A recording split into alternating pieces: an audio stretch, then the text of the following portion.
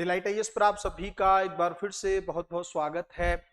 तो UPSC prelims examination 2025 के result से मुझे लगता है आप लोग अभी बाहर आ गए होंगे, है ना। जो लोग मेंस एग्जामिनेशन के लिए तैयारी कर रहे हैं उनको लेकर तो मैंने कई बार आप लोगों को बोला है कि आप लोग बहुत अच्छे से सिस्टमेटिक तरीके से मेंस को तैयार करिए और डिलाइट आईएएस का जितना इस्तेमाल आप लोग कर सकते हैं एक मंच के तौर पर, ताकि आप लोगों को जो है मेंस एग्जामिनेशन में किसी तरह की प्रॉब्लम ना हो। अब जिन लोगों का प्रीलिम्स एग्जामिनेशन नहीं हुआ है या जो प्रीलिम्स के रिजल्ट को लेकर सेटिस्फाइड नहीं है, बहुत सारे बच्चे हैं जो मैसेज करते भी रहते हैं और उनके जो जो इश्यूज हैं वो बड़े जेन्युइन से इश्यूज भी रहे हैं। हालांकि एक दो टीचर्स को यूपीएससी की तरफ से नोटिस भी भेज दिया गया है ना। कुछ और चीजें थी उसके पीछे भी, लेकिन बात ये है कि एक सवाल जो सबसे बड़ा खड़ा होता है कि यूपीएससी को लेकर अगर आप लोगों का ट्रस्ट अगर कम हो रहा है, एक भरोसा कम हो रहा है, तो बच्चों का सवाल ये है कि सर किस तरीके से जो है अगले साल के लिए तैयारी की जाए, जब पता है कि हाँ अंदर कुछ इश्यूज हो रहा है तो हम लोग बाहर हो जाएंगे, हमारा सिलेक्शन नहीं होगा, है ना। हम लोग मेहनत करेंगे फिर भी हमें जो है इंटरव्यू में, प्रीलिम्स में, मेंस में किसी तरह से छांट दिया जाएगा। इस तरह के ख्यालात जो हैं आप लोगों के मन में चल रहे हैं। कोशिश करूंगा कि आज से आपके माइंड में चीजें क्लियर हो जाएं और क्या सॉल्यूशन इस चीज को लेकर हो सकता है उसको भी हम लोग थोड़ा सा समझने का प्रयास करेंगे। सबसे पहली चीज तो ये है कि यूपीएससी के प्रीलिम्स के रिजल्ट को लेकर आप लोग मुझसे पूछेंगे क्या सर आपको लगता है कि कुछ इशू हुआ है। देखो, पहली बात तो ये तो 100% तो कोई नहीं कह सकता है ना। इस चीज को आप लोग भी अच्छे से समझते हैं। बस ये है कि जिन बच्चों ने, किसी ने बोला कि सर जो है प्रूफ शेयर किए, किसी ने बोला गुजरात में पेपर लीक हो चुका था, एक दिन पहले ही वहां के लोकल न्यूज़पेपर में इस तरह की खबर छप चुकी थी। उसके अलावा कईयों ने बोला कि सीसीटीवी नहीं थे, कईयों ने ये बात बोली कि सर पेपर के ऊपर सील नहीं लगी हुई थी। कई लोगों का मानना यह था कि हमारे ही रूम में जो है कुछ लोग एब्सेंट थे, इसके बावजूद भी उनका हो गया है। अब मुझे नहीं पता है क्योंकि ये सारी चीजें जो है, हम तो एग्जाम देने गए नहीं थे, एग्जाम तो आप लोग देने गए थे, तो कहीं ना कहीं पे उसके बेस पर जो चीजें निकल कर आई उससे ये निकल कर आता है कि हाँ कुछ ना कुछ इशू हुआ है। इस बार के रिजल्ट को लेकर भी बहुत सारी चीजें हैं। अब देखो, ये जो सवाल है बच्चों का कि हमारे 95 बन रहे थे, 100 बन रहे थे, देखो इसके फेवर में मैं इसलिए थोड़ा सा नहीं रहता हूं, थोड़ा सा समझिएगा मेरे पॉइंट को। इसलिए मैं नहीं रहता क्योंकि मैंने तो आपको जब भी वीडियो बनाई है मैंने हमेशा एक बात कही है कि अगर आपका अनऑफिशियल तरीके से मान लीजिए आपका 100 नंबर बन रहा है, तो ऑफिशियल तरीके से आप मान सकते हैं कि वो आपके 80 या 85 की रेंज में रहेगा, है ना। 15-20 नंबर को कम मान के चलना है, इवन इससे ज्यादा भी कम हो सकता है, इसमें कोई दो राय नहीं। इवन अगर आपके 90 बन रहे थे वहां पे, तो आप 70 नंबर ही मान के चलिए कि आपके प्रीलिम्स एग्जामिनेशन में इस बार रहे। आप कहेंगे सर इतना डिफरेंस होता है ना, मैं क्या करूं, अब आंसर की जो है उनकी वेरी कर जाती है ना। अब बात ये भी नहीं है कि यूपीएससी एक्यूरेट आंसर की बना रहा है, यूपीएससी अपनी मर्जी से कुछ आंसर दे रहा है, उसके चलते थोड़ा सा वेरिएशन हो जा रहा है। कुछ लोगों का आरोप ये है कि शायद सर यूपीएससी इसलिए गलत आंसर दे रहा है कि कुछ लोगों ने वो टिक किया था और यूपीएससी चाहता है कि वो लोग एंटर करें, है ना। तो ये बहुत बड़े आरोप हैं, मुझे लगता है इतना आसान नहीं होगा इन चीजों को लेकर सोचना। बट इतना जरूर है कि यूपीएससी की ट्रांसपेरेंसी को लेकर बार बार सवाल खड़ा हो रहा है।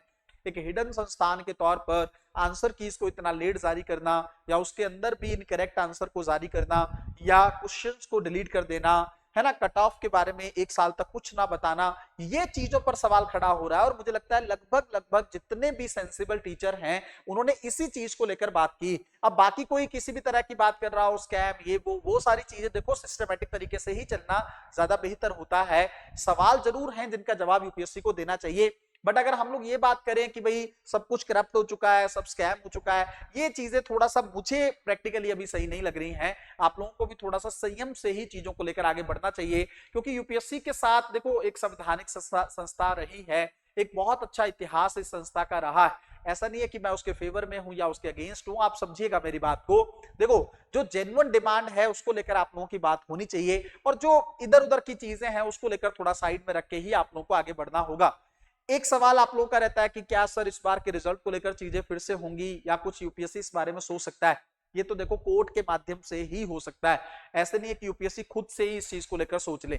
सरकार अगर मान लीजिए पीएमओ में आप लोगों ने प्रयास किया है कि वहां तक चीजें पहुंचे, और वहां से अगर लगता है कि नहीं कुछ दबाव होता है, तो शायद चीजें हो सकती हैं। सरकार अपने स्तर पर खुद से करे, हो सकता है, लेकिन सुप्रीम कोर्ट की तरफ से या हाई कोर्ट की तरफ से यूपीएससी को कहा जाए तब जाके हो सकता है यूपीएससी इस बारे में सोचे। अदरवाइज जो है इसकी संभावना थोड़ी कम है। अब ये जो सबसे बड़ा सवाल है आपके मन में कि क्या सर यूपीएससी पर भरोसा कैसे करें, तो ठीक है ना, अगर आप लोगों को एक यूपीएससी को गुस्से की नजर से देखना है तब तो आप मेरी वीडियो यहीं पे बंद करके आप जा सकते हैं, आप आगे वीडियो मत सुनिए।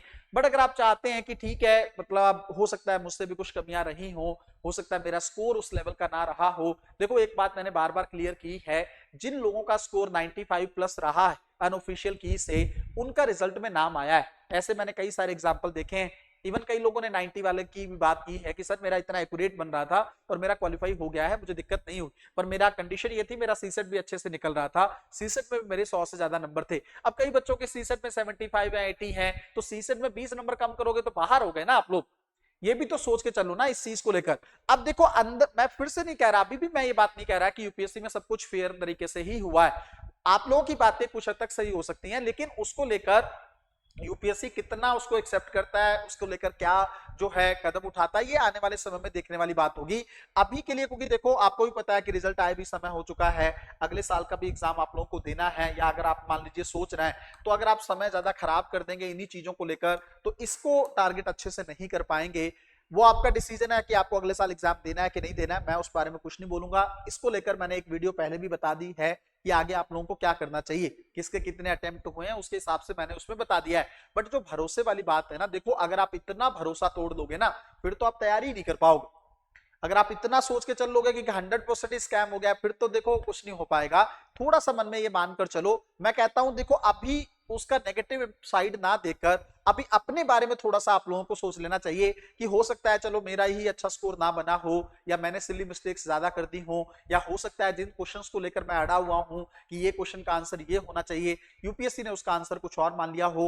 मैं बार बार एक चीज कह रहा हूं, कई बच्चे कह रहे थे कि सर 100 प्लस नंबर लेना बड़ा मुश्किल है, ऐसा नहीं है। लिए ना 14,000 लोगों ने लिए ना नंबर, तभी तो क्वालिफाई हुए हैं। हमेशा से एक बात कहता हूं, अपना स्कोर कम से कम इतने लेवल की तैयारी करो कि 120-30 नंबर आपके प्रीलिम्स एग्जामिनेशन में अनऑफिशियल तरीके से आए।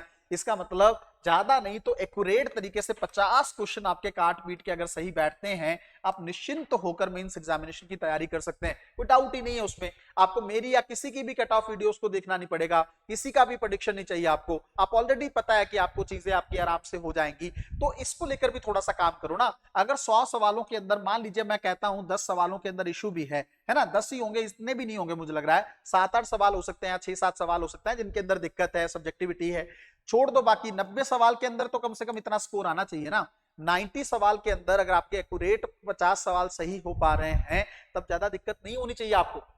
तैयारी को लेकर थोड़ा सा आप लोगों को सोचना है और थोड़ा ये सब निकालो मन से। इतना ज्यादा चीजें अगर मन में रखोगे, मैं तो इतना नहीं सोचा था आप लोगों के मन में, तैयारी भी इंपैक्ट कर दोगे आप लोग। देखो प्रोसीजर से चलते रहना है, कोई दिक्कत नहीं, जो सवाल है वो उठते रहेंगे ट्विटर के माध्यम से, वीडियोस के माध्यम से, आप लोग प्रोसीजर के थ्रू मान लीजिए बच्चे कोड जा रहे हैं, वो सब चीजें होती रहेंगी। मैं भी तो लगातार वीडियोस डाल ही रहा हूं ना, ऐसा थोड़ी है कि मैंने वीडियोस नहीं डाली। अभी मुझे पता लगा है कि कुछ टीचर्स को जो है यूपीएससी की तरफ से नोटिस आ गया है, हो सकता है हमें भी आ जाए, कोई बड़ी बात नहीं है, आ सकता है और इसको लेकर यूपीएससी हमसे पूछ भी सकता है। लेकिन मुझे उसको लेकर ज्यादा इशू नहीं है, मेरे पास अपने पॉइंट्स है, मैं रख सकता हूं। लेकिन मैं आप लोगों को एक बात कह रहा हूं, देखो प्रोसीजर से मत हटो, तैयारी को लेकर मत छोड़ो चीजें आप, और मन में इतना मिसट्रस्ट मत क्रिएट कर लो कि आप सवाल पेपर ही ना देने जा पाओ और हमेशा आपको यही लगता रहे कि मैं तो जो है अच्छा ही करके आया हूं, मेरे साथ सही नहीं हुआ। ऐसा मत सोचो। थोड़ा सा 100 प्लस नंबर को लेकर तैयारी करके उस हिसाब से अपनी रणनीति को आगे बनाओ, ताकि अगले साल हर हाल में आपका स्कोर अच्छा बने। और रही बात की क्या होगा यूपीएससी को लेकर, जो अपडेट्स आती रहेंगी वो मैं आप लोगों को बताता रहूंगा। ट्रांसपेरेंसी को लेकर मांग मैं हमेशा उठाता रहूंगा, चाहे इसके लिए कुछ भी करना पड़े, है ना। ट्रांसपेरेंसी होनी चाहिए, संवैधानिक संस्था होने के नाते आपकी जिम्मेदारी है कि आप इतना हिडन मत करो अपने आप को, ताकि बच्चों को पता ही ना चले। जितना ट्रांसपेरेंट आप रहोगे उतनी आपकी गरिमा पहले की तरह ही बरकरार रहेगी। मिलते हैं अगली वीडियो में, तब तक अपना ध्यान रखें, अपनी पढ़ाई को बहुत अच्छे तरीके से करते रहें। बहुत बहुत धन्यवाद।